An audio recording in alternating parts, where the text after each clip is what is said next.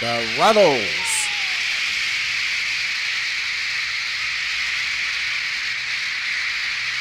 Hey everyone, how you doing today? It's me, David, Jersey Boy Music, coming to you from the Rutles corner today. And, well, it's my Beatles corner, but we're going to talk about the Pre-Fab Four, the fabulous Rutles. Who were the Rutles, you may ask? Well, back in 1978, there was a TV movie that aired here in the United States on March 22nd, 1978. And in England, the UK, on March 27th, 1978. And this was the brainchild of Monty Python's Eric Idle and the Bonzo Dog Doodah Band's Neil Innes, who is basically also an honorary member of Monty Python. If you've ever seen Monty Python and the Holy Grail, you know when they're clopping with the coconut shells through England on their quest for the Grail, and you have the minstrel singing about Sir Robin. Well, that's Neil Innes. So anyway, so they got together. They were doing this show in England called Rutland Weekend Television or something like that. I've never seen it because I'm in the United States. But anyway, they came up with this sketch, a parody of the Beatles called The Rutles, and it kind of just snowballed from there. So the Rutles coming from Rutland. And so anyway, the members of the Rutles, the musical members, were Neil Innes, who played Ron Nasty, who is the counterpart to John Lennon. Ricky Fattar, who was a member of the Beach Boys in the early 70s, early to mid 70s. He played the George Harrison character of Stig O'Hara, who ironically was Indian. John Halsey played Barrington Womble, or Barry Wom for short. He had to change his name because it was too long. And he played the drummer, Ringo. And they, along with Ollie Hossel, who on the record, there was a record that came along with it, played the bass and sang the Paul McCartney parts. However, the Paul McCartney character in the TV movie was played by Eric Idle, and his name was Dirk McQuigley. And really, a really funny movie. So it was written by Eric Idle, music again by Neil Innes, and I just showed this to you real quick. This is the soundtrack album. It was released here in the United States on Warner Brothers Records. I'm not sure what it was released on in England. Maybe it was Warner Brothers. I do not know. But this was actually a 20-page book that came with a free record, according to the hype sticker that I kept on there. And really nice, kind of in the same fashion as the Magical Mystery Tour album, but nice stills from the film. It has a narration text about the history of the Rutles in here as well, and wanted to give you a rundown of the songs on this album. Now, this was re-released on CD in the late 80s, early 90s, with more songs on it. I'll do a video on the two CDs in a later video, because I made that cool opening. I don't want that going to waste.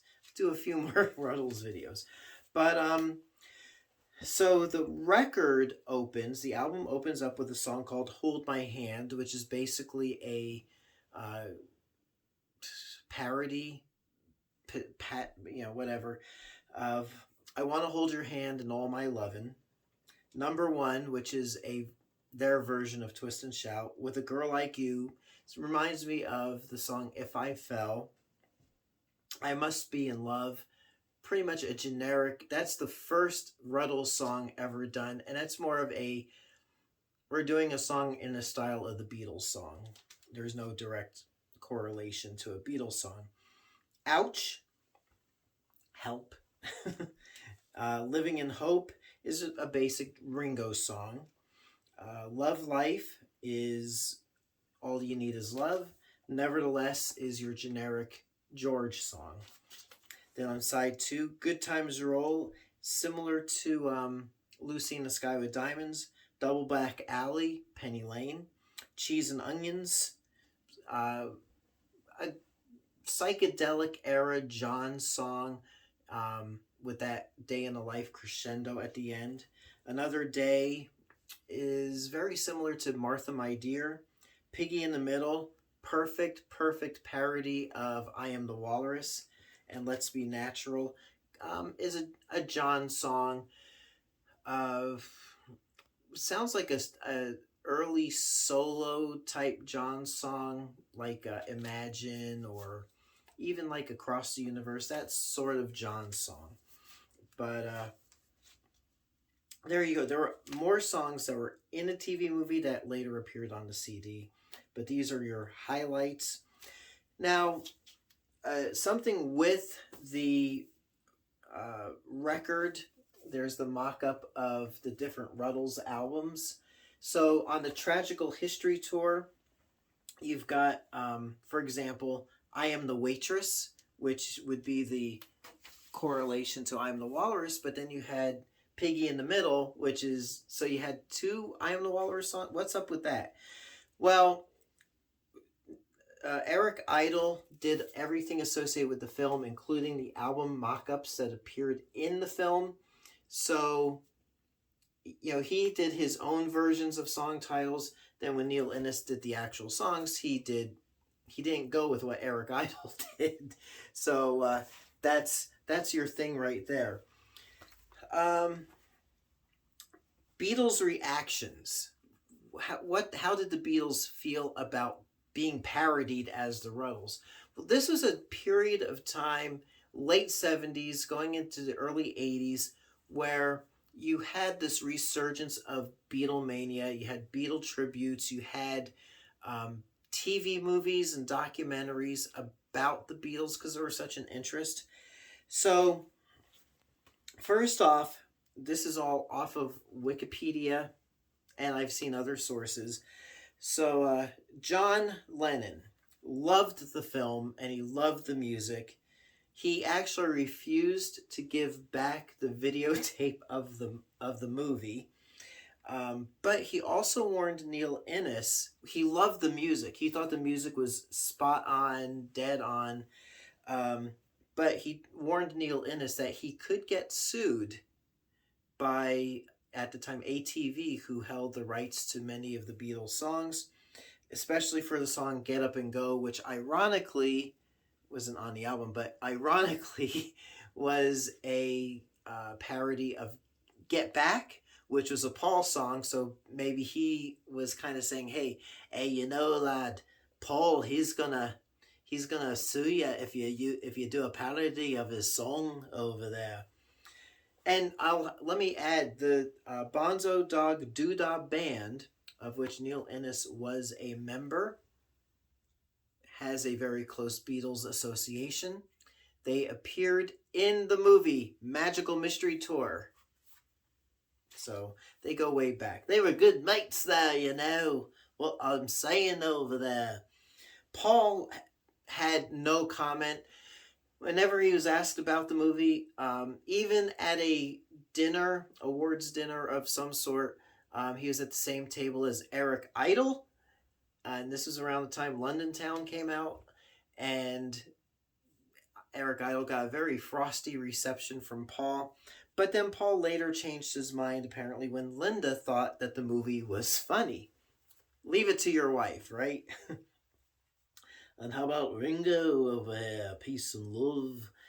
He liked the happier scenes in the movie, but then the sadder scenes hit him too close to home and made him sad, which I don't hold it against him.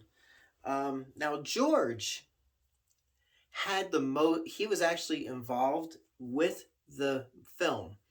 So he not only was in the film, he was in the film. There is a scene later on outside of the Ruttle Corps building where there's a reporter. He's got gray hair and a mustache. Gray, looks like an older reporter. And somebody had attacked Stig. And that's George Harrison as the reporter.